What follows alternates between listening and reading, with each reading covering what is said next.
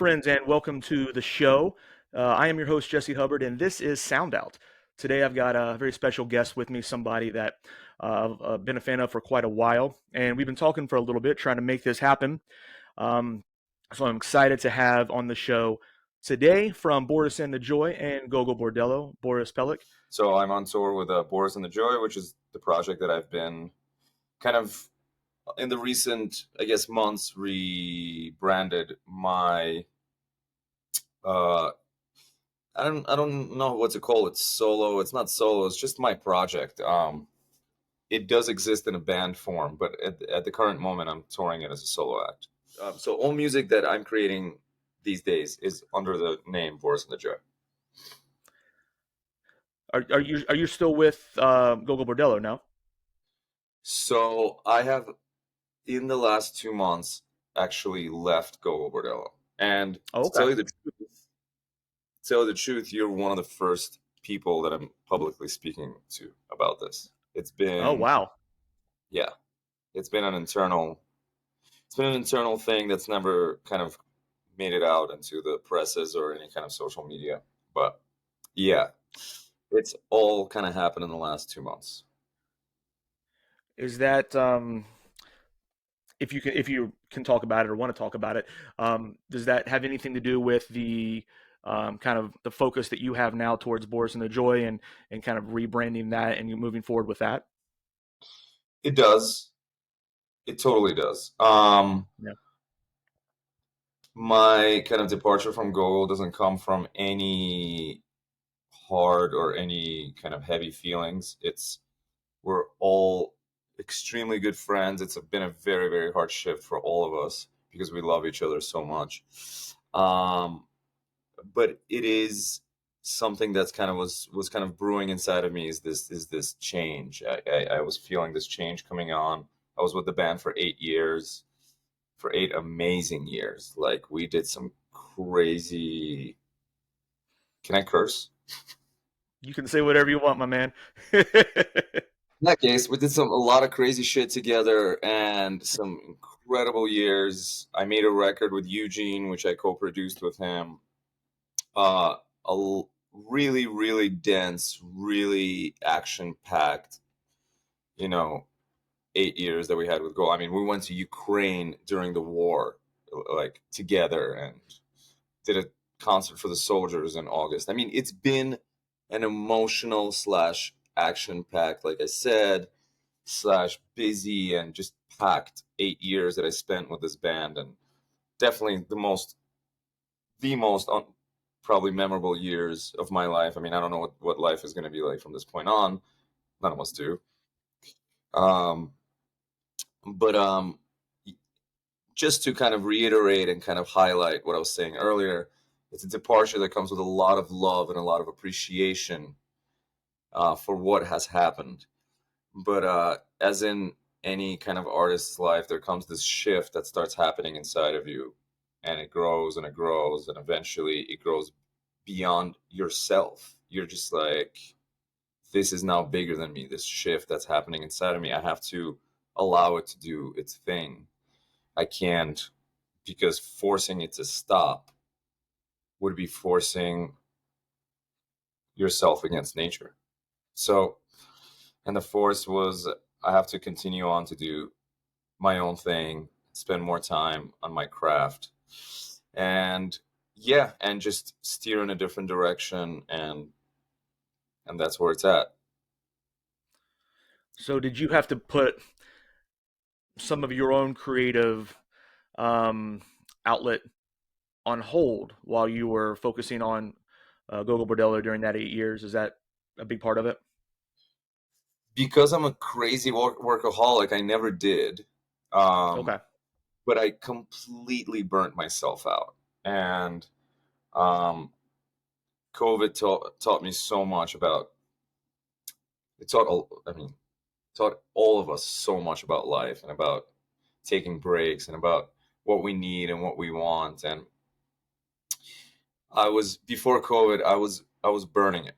I was just burning it at both ends. And I mean, my partner at the time was just like, "You're fucking crazy. You're gonna kill yourself. Like, would go out with Gogol for a month, come home, barely breathe it off. I was drinking a lot at the time and like party, party, party. Then go out with my band that back then at the time was called Hey Guy. Was my Mhm. was my passion project. Was my my music, my productions and stuff like that. So like I would come home for a week, like sleep it off, back on the road, plow, plow, and with Hey Guy I would be driving, selling merch, singing, like tour manager, blah blah blah. Four guys, Europe, U.S. shows in New York, blah blah blah, like pop-ups, like showing up to other people's shows, like always popping up at shows. Then, a couple of weeks off, Gogol, go, go, go, go, go, like, like months out on the road, 2.5 hour sets, festivals, like buses, flights, blah, blah, blah. I didn't sleep for years trying to like, and I just burnt out. I burnt out so hard. And I don't regret it. I learned a lot. Some very, very fruitful years. But to answer your question, like it still did, it still does take away. A human is only possible, they're only capable of putting out so much energy. I mean, even if you don't sleep, it's not like you have more energy. It's like you're a battery. You can only power for so long. You think if you just like skip out on sleep and just keep going, that it's like that you're creating more capacity. You're not. You're just burning. You're just burning Uh, future. You're starting to like get into the reserve. You know what I mean? Absolutely. Some people, and I don't know if I subscribe to this or not, but it's an interesting thought. Some people believe you only have so much to give during your lifetime, and when you use it, you use it. You know what I mean? And so it's interesting Not to see, wrong. where that goes. It's What's not that? wrong. It's not Yeah. necessarily wrong. Yeah, obviously certain things restore, but I mean, if you're constantly just burning to the end, it's like, yeah. No, I agree. Um, but you mentioned Hey Guy, which I was going to ask you about actually. Is Boris and the Joy a continuation, kind of an evolution of Hey Guy, or do you view them as two very separate entities? Um. So yeah, it is kind of a continuation. It's like it's basically in my life as a musician, I've always kind of gone down two roads. I always wanted to make original music. I always wanted to tour with original bands. But I also, on the other side, at some point, especially when I reached my 30s, was like, I have to make some money. Like, I can't just like, kick it in a Sure. van and never, ever make any money ever. So it's like, I started in my 30s, I started kind of picking up gigs, Broadway, like music directing for a band, sideman for a tour, blah blah. And long story short, my mid even earlier than my mid 30s, I joined Gogol at 33. So like I started to like really quickly into my kind of sideman or whatever you want to call it career, like player career rather than writer career, right? Writer, Hmm. producer, player, like player from Sure. player to make money to make ends meet, writer for passion, right? I've always had like this two-way road. So yeah, so Hey Guy for 10 years was my passion. And you know, so when you ask if it's a continuation, yeah, for sure. It is my passion. Boris and the Joy is my new passion project. Um yeah, like that. Yeah, it's one of the things that I was interested to know is if that wasn't case, in fact, the case, or if it were not, how you viewed the future of Hey Guy. But I think you kind of answered that, with your explanation there, because if this is the evolution, then in the sense that it's your passion, then that would make a lot of sense. I had the opportunity to see you perform when you came through Columbus last. It was like late summer, early fall, maybe, and I think after seeing the live performance, I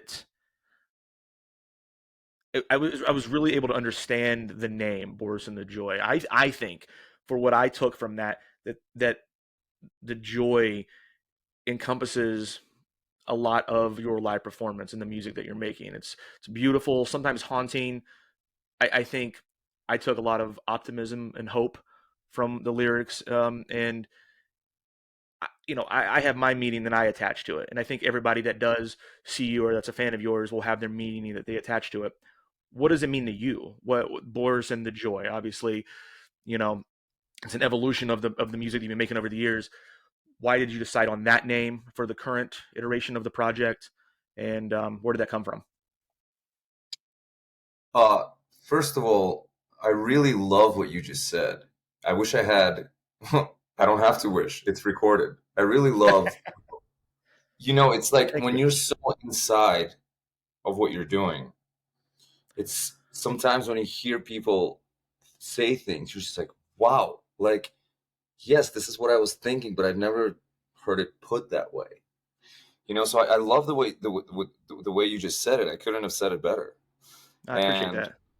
um and it's exactly what you said. It's like I um I had this incredible time during COVID where I ran away to Guatemala and I left behind. I basically shedded my entire life in New York. My partner, we split, and my music studio that I'd been building for years, this grandiose music studio in New York that was in my house in this like really unusual, unique kind of property in New York City, which nobody really has nice properties in New York City. We had this like very lucky situation and all that. I shedded all of that, and I was like, I have to, I have to start a new chapter of my life. I don't know where it is, how it is, what it is, but I have to. I feel it coming on, and so I dropped everything. I left, and I went to Guatemala, and I had this incredible experience in this spiritual community there, and I wrote this album, which a lot of it is what you heard. I played a lot of songs from that album, and when I first wrote the album, I released it under Boris Pelekh, and I've always been messing around with the idea of like, yeah, this is my name, releasing music under my name. It's fine. I like my name. My name is actually kind of unique and weird, and there's a whole story behind my last name, and all that stuff is fine and great. But like the kind of after I released the album, I started making more music and kind of thinking about the name, and I kept looking at it. I was just like, the name's fine, but it's not the name. It's not correct. Something about it is not correct. Like I'm feeling something different, and started kind of working with the idea. I was like, what is this? It's me. It's my stuff, but it's not just my stuff. It's something beyond me.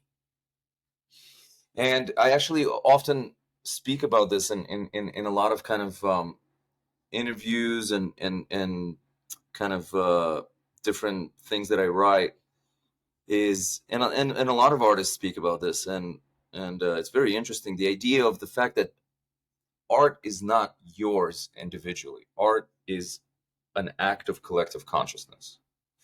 I heard one time Jack White say something really really interesting. He was sitting in a coffee shop and one of his songs came on the radio, and he was just like, oh my god, this song, it's not even mine anymore.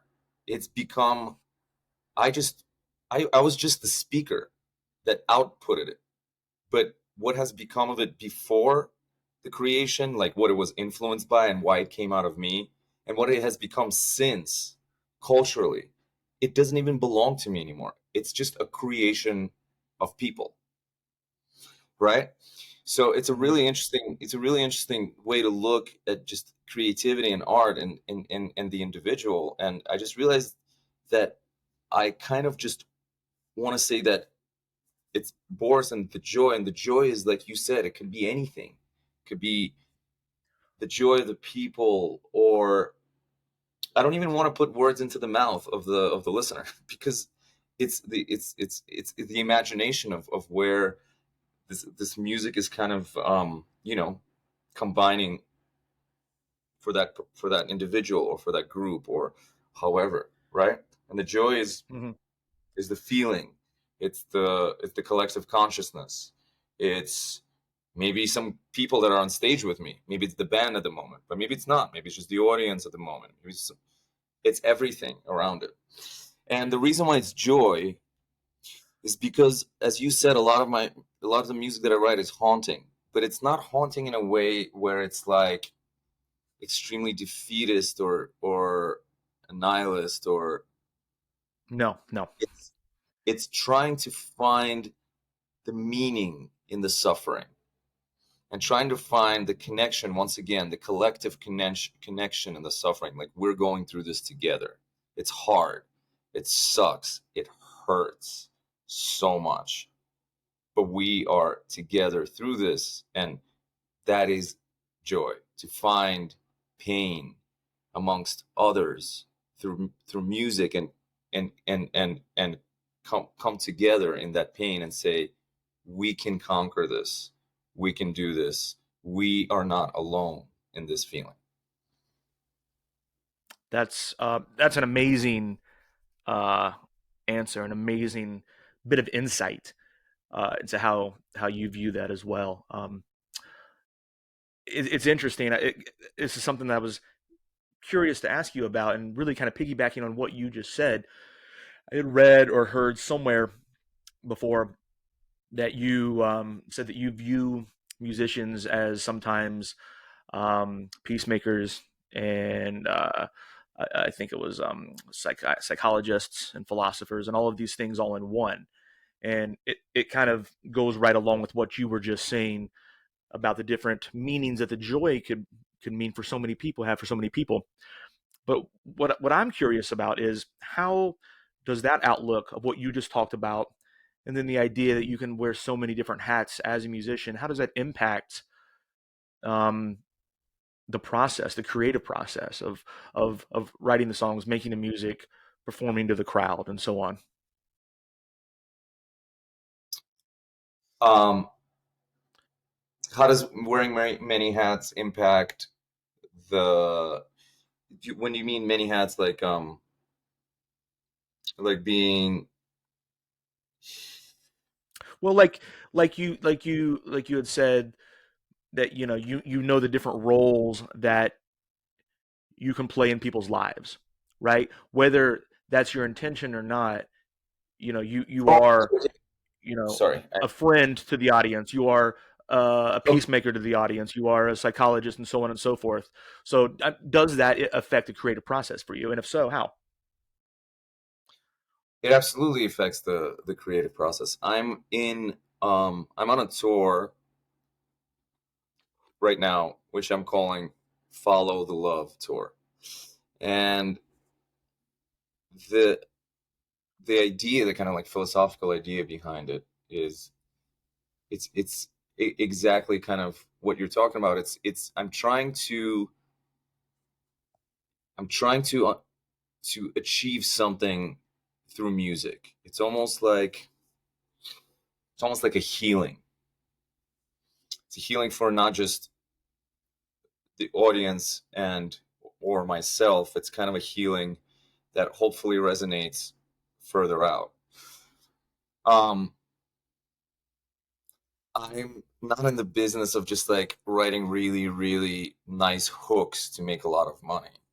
um I know, as well as many other people know, that music is so special and so powerful. It's a force that, number one, is abstract. You can't touch it. You can't put it on a wall. It exists only in airwaves that perhaps only humans can hear, because different species, plants and animals, have completely different frequencies that their ears are tuned to. So it's a very, very specific language designed from perhaps only humans to communicate with humans through airwaves, or like sound pressures. I heard once somebody call music, it's organized sound pressure. Organized air pressure. It's really It interesting. takes away a little bit of the romance of it, doesn't it? Of course. Um, and I think the power of music could be used as you said, as therapy, as um science. Not science in a way like you break it down, but science in a way like understanding certain things about the world. It could be used as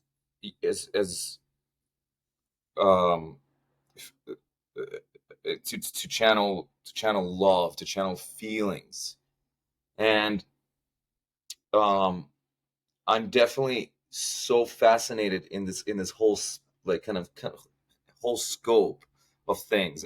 And I noticed actually on this tour and previous ones that I'm kind of starting to hit on something, because over and over I get audience coming up to me and have a very, very similar kind of response. They all kind of voice it in their own way, but they're always the thing that I always hear is like, it was so pure and it was so honest.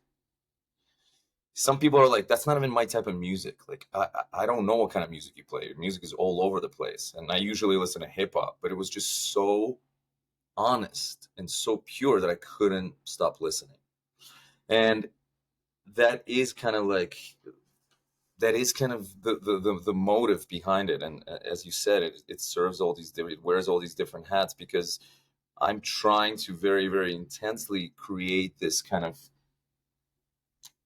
this joy, this almost the ceremony through music. Like when people go into ceremony to take plant medicine, or to meditate together, or to have just a circle where they talk about their feelings, or any kind of ceremony that you can imagine. There's millions of different types.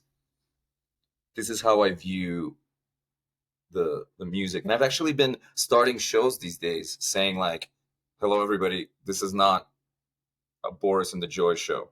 This is our ceremony. We are here to perform a ritual that is going to enlighten all of our minds and hearts and brains and all of our kind of sensories. Like, don't view this as this is the guy on stage, I'm the audience. Like, no, none of that shit. We're here All in it together. together kind of thing, right? Yeah, we're here together. I just happen to be the one yapping, but we're performing a ceremony together in the act of connecting through music, through emotion. We're going to cry together, we're going to love together, and at the end, we're just going to feel incredible because we've had this connection. Is that um, similar or dissimilar to your experiences that you've had over the years, with Hey Guy, with Gogol Bordello, now with Boris and the Joy, or whenever you were just performing under your own name? Or is this kind of a culmination of everything, in your life and your career? It's it's similar, but it's never kind of come to this fruition. I guess I'm feeling into this vibe more now than ever.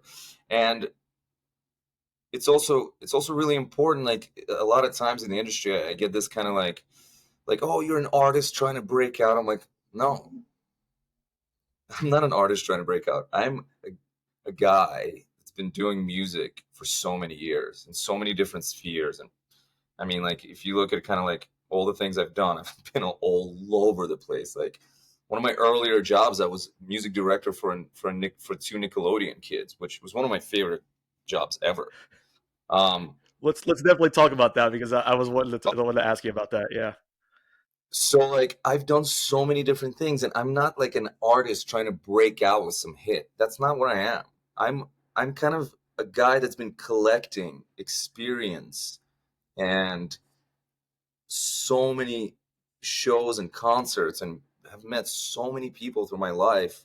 I'm not trying to like blow steam up my ass either and say that I'm this great, like no, I'm just honest. Like I have a really long story with music, and at this time and this place and this age of my life, I came to this realization, like this is what I want to do. This is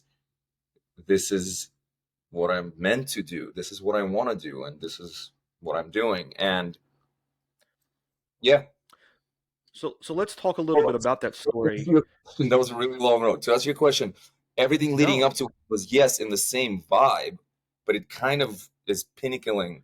That's not even a word. Climaxing now to this kind of to this point where I'm just like, this is what I want to do, and hence the departure from Gogol, hence all these things is because like I've kind of like finally found this road that I want to go down, and this is the road that I know I have to take, and like I said, the feeling became greater than myself, and I can't not follow it because it's bigger than me now. No, and I love that. And taking the roads with the answers, you're giving so much insight to your thought process behind all of this. It's really interesting and fascinating to listen to. And I do want to talk a little bit about your journey in music over the years and your start and whatnot. But I do want to touch on something that you mentioned just a minute ago. People coming up that might listen to a different style of music, might not normally be at your show, and they tell you how much it meant to them. That's got to be one of the best compliments a musician can receive. Whenever you're bringing people from other genres into your world and they're there with you. Absolutely, the best one, the best one. Sometimes when people are like, "Oh man, like I see that you're drawing a little bit like from like Paul Simon. I love Paul Simon." I'm like, "All right, that's nice. I love Paul Simon too. Get me wrong. Yeah, Like yeah. it's a really nice compliment. But when somebody comes up and they're like, I don't know what you were doing out there. I don't know who your influences are. You're so musically all over the place. You got like dance stuff going on. Then you're like in this like crazy like screaming thing. Then it's like super small and like intimate for a second, and then you're crying about the lost love. Like I don't know what the fuck you got going on, but like I was with you, and I was like I was going through the journey with you the entire time. And that, like you said, is the greatest, not even compliment. Because once again, I'm not here to like boast my ego and tell everybody how great I am. I'm here to bring an experience to the people that I feel the people can really use. I can use it, and hence why I do it, because I need these ceremonies. Like I need to be part of them too. So I'm creating them. I'm like, where can I find this shit somewhere? Like, go to the yellow pages. Like, where do I find like some crazy shaman that just like rips his guts out on stage through music, and like I need this shit. Like I need this for my healing. Like, where do I find this? So like it's nowhere to be found. So I'm gonna do it. I just hope that You have people to do come. it. You have to play that role. Yeah. Just hope that people come so we have a group. We have a group dynamic, I love it. I love it. So, like, backing up a little bit, talking about kind of like your journey, um, and feel free to go as in depth or cover it as much as you like or as little as you like. But I'm curious about kind of your upbringing when you were young. You moved to New York when you were like 9 or 10 years old from the Soviet Union, correct? Yes. So you talked about New York earlier, spending a lot of time there. How did that experience from coming over there into New York shape not just artistically or musically, but how did it shape who you are as a person today? Oh wow. Um, I think yeah, it's really interesting. I mean, New York is such a crazy place. It's so nuts. It is. Yeah. Yeah. Um, it's so diverse. Um,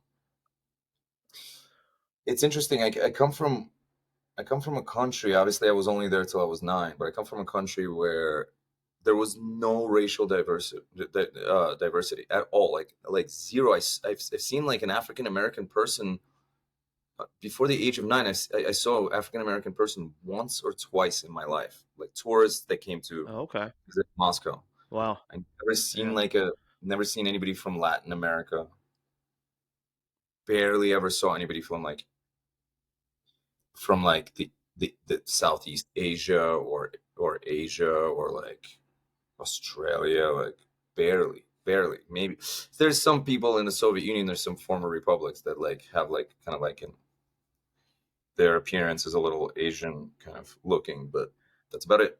And then when we moved to New York, when we moved to a really really kind of like diverse part of Queens, very diverse, almost no Caucasian people at all. It was all just Indian people, South Asian people, Pakistanis, a lot of people from East Asia, like Chinese, Koreans, This is early 90s, right? early 90s. Yeah. Okay. Um, and really quickly, I had this crazy, just like, just like, wow. So here's the rest of the world that I never knew anything about. Yeah. Um, and I don't know why, but my instinct right away was like, befriend people from everywhere. You learn the most about the experience of life. It's funny because it came to me at such a young age. I was never like, oh, let me find like the other like so people from Soviet Union, because there were like two others in my school, and just hang out with them and kind of like click with them and like do that thing. You know what I mean? Yeah. So when we moved to Queens from a very undiverse, obviously country that not racially diverse at all, everybody was just you know some kind of Slavic descent, like Russians, Ukrainians. I mean, in Moscow, there was just like a melting pot of like Russians, Ukrainians. There was diversity, but just not like large, like kind of like world diversity. Right. When I came to Queens, to like a super diverse neighborhood, um, I instantly uh, kind of felt that it would be so much more interesting to befriend people from different kind of ethnic backgrounds rather than sticking just to the group of the three kind of like ex-Soviet kids that were in my school. So I just Yeah. instantly made friends with like Bangladeshi people. Uh, I had a couple of Korean friends, Chinese friends, like had a couple of Latin American friends, and that was I think that was a huge eye opener for me. Just like this, just immersion into the world and into the lives of so many different people from so many different backgrounds. So, and that continued on. I went to LaGuardia High School, which is kind of like very well known school, the whole fame school that a lot of people know about. I went to that school, and that was another kind of. It was still like I was 14, 15. It was such an brain explosion. I mean, we had trans kids in our high school in the late 90s. I mean, Yeah. no one was doing that. No one Right. people were Right. doing it, but nobody was coming out kind of being like, "Yo, I'm trans." Like I'm transitioning from You didn't see it too often. You really didn't. no. I think that's interesting too that you're talking about 9 years old coming over. It just goes to show you that from the perspective of a child, a 9-year-old child, the openness that children have and the willingness to learn about other people and to be curious and want to befriend people who may be different than them and maybe some people that they didn't see all the time. And that's I think it's a beautiful thing, honestly. It's really cool to hear about that and then coming over and carrying that into your life, you know? Absolutely. So, I mean, it's such like an early kind of opportunity to just be so immersed into the world, kind of, because Queens is the most diverse area of the entire planet in terms of racial diversity. I mean, that's a statistic. Yeah. So, okay.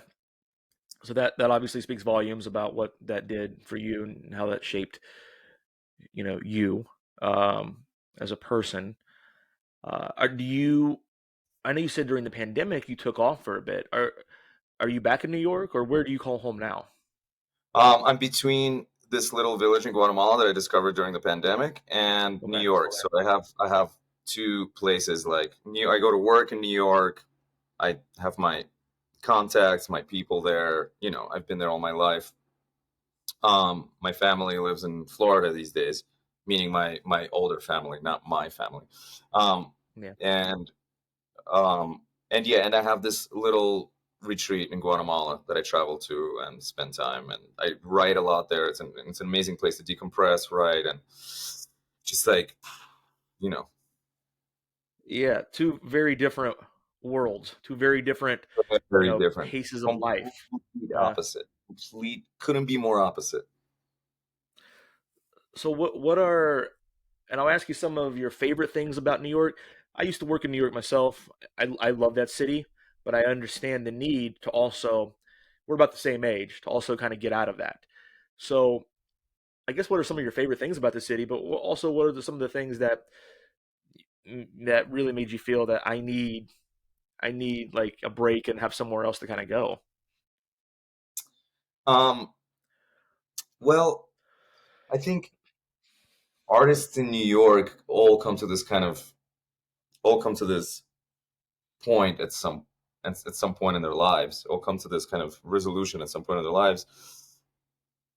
You you move to New York, you live really cheap. You find like a hole in the wall in a four-bedroom apartment with like 15 roommates. You figure it out. Then you work, you hopefully start making more money, and you kind of want to upgrade your lifestyle. And then you get a more expensive place. Now it's like one roommate, and then you go upgrade and you get your own place, and then blah blah blah. But then you realize at some point you're like, holy shit, I'm working all the time. I never enjoy anything. I just work to maintain this rent and this lifestyle. But what lifestyle is it? Like, I work. That's my lifestyle. I'm working all the time. That's all I'm doing. And you reach that point as an artist. Obviously, if you work for a bank, it's different. But those guys also work, and girls work like crazy. They make more money, but they work like crazy. So you reach this point where it's just like, when is my life? What is my life? When does it exist? Right? And Yeah. so then you're faced with this question, and you're like, so what do I do? You know, how do I kind of find the quality of my life again? So then you start messing around with going to other places where it's cheaper and you can find more time to be you, to do your thing, right? But the things that I love about New York are like, I mean, I mean, New York is 65 different cities bunched into one. There's so many things to love about it. Because it's like whatever your thing is, you can find it in New York. It's like my thing is like late night, you can go and like hang out at a diner. You can like get food, see friends at 2 in the morning. You can catch a jazz show at like 12 at night. You can improvise. You can do anything you want any time of day. Um, there's so many different neighborhoods with so many different like let's go to this neighborhood where there's like a big Thai population and like go to like a crazy Thai restaurant. Like you got it. Like today let's go to like I don't Right. know. Yeah, anything you can think of. It's like it's there and it's open all night and like I mean New York is incredible.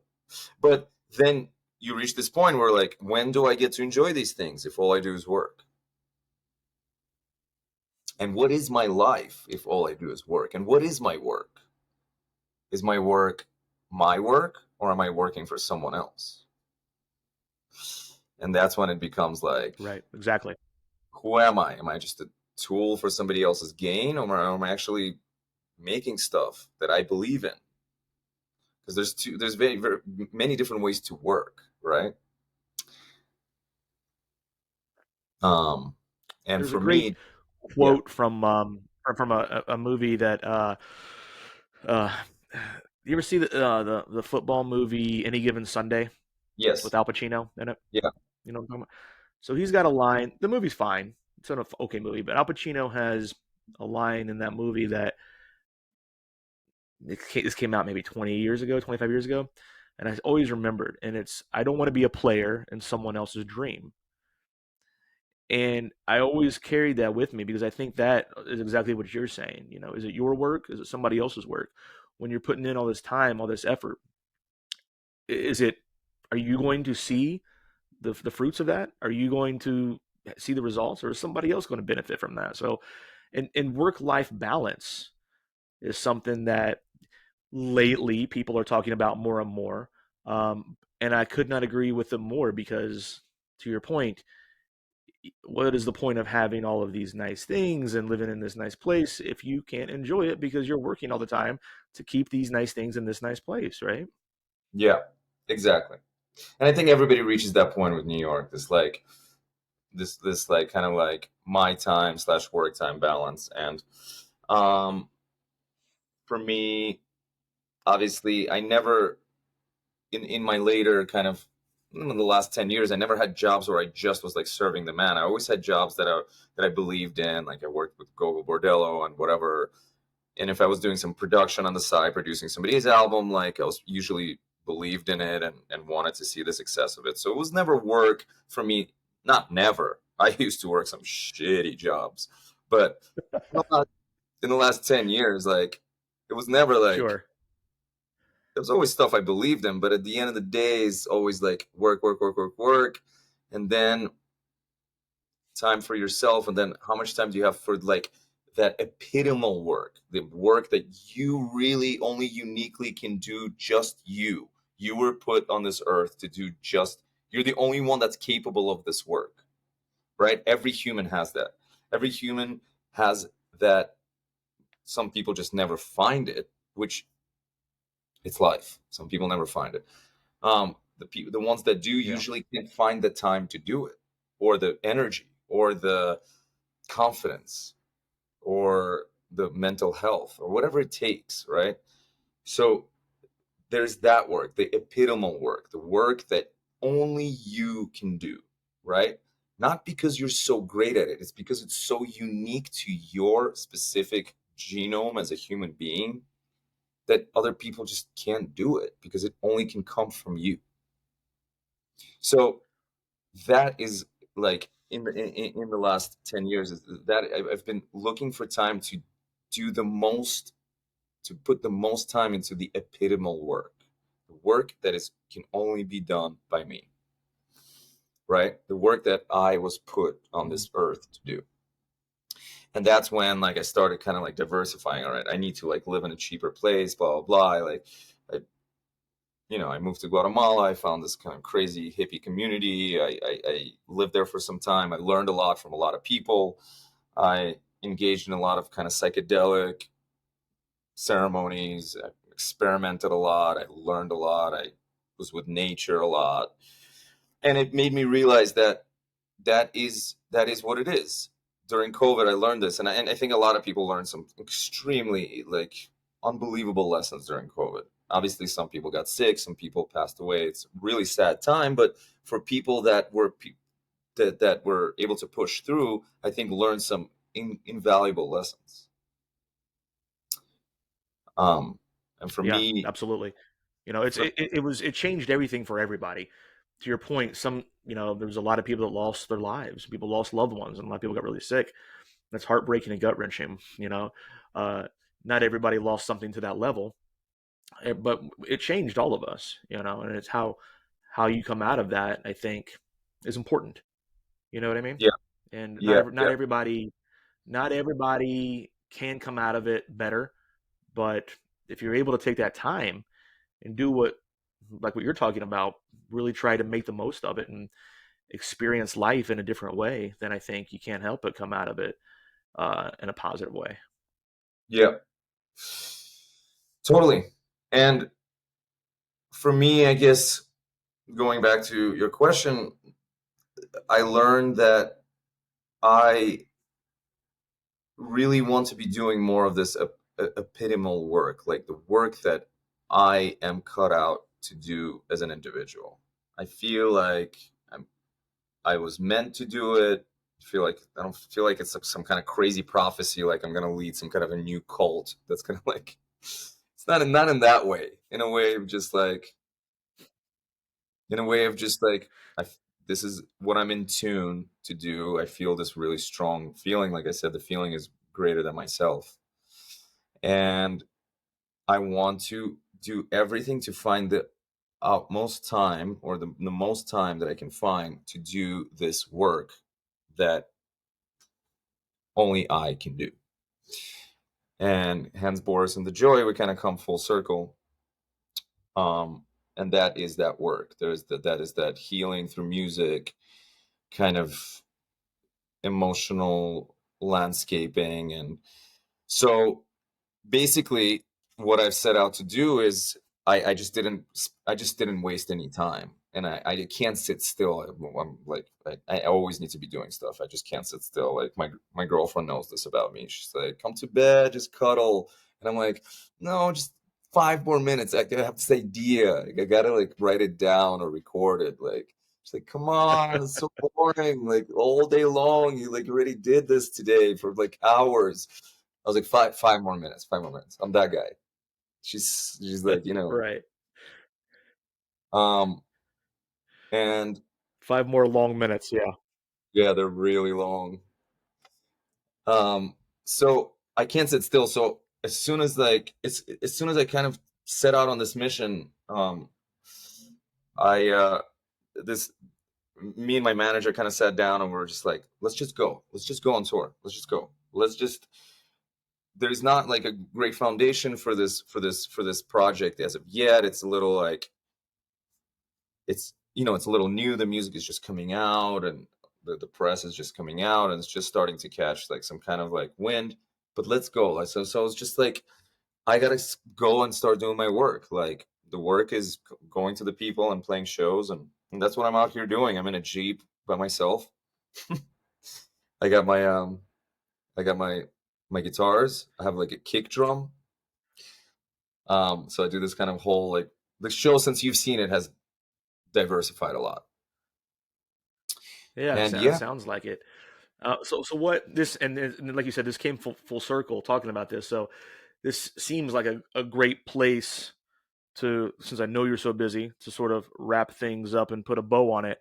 Um, but I do want to ask you before I let you go, uh, what's next for Boris and the Joy, and if you want to let everybody know where they can find you and some future tour dates, where they can find the music, all of that stuff, because we want everybody watching this, everybody listening to this to if you're not familiar with Boris and the Joy, to familiarize yourself with them.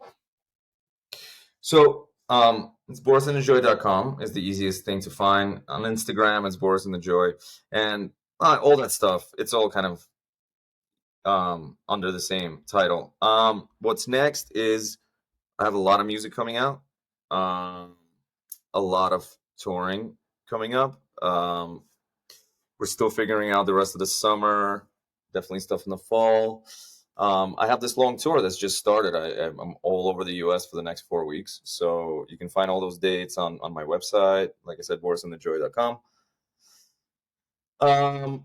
Yeah, and just spreading the joy all over the place, and and seeing this feeling through to the maximum extent that I can. I thank you for joining the show. I wish you much success on the tour in the future with Boris and the Joy. Boris Pelekh, thank you for joining Sound Out, my friend. Thank you, Jesse. Thank you for having me. It was really fun and actually very educational, and I learned a lot just from hearing your kind of output on things and hearing the way you kind of voice things. It's really interesting, and yeah, it was really fun. Thank you. I feel the same way. It's great talking to you. Great conversation. And with that, friends, we've finished another episode of Sound Out, a great episode. Thank you all for joining us. I've been your host, Jesse Hubbard. This is Sound Out. Until next time.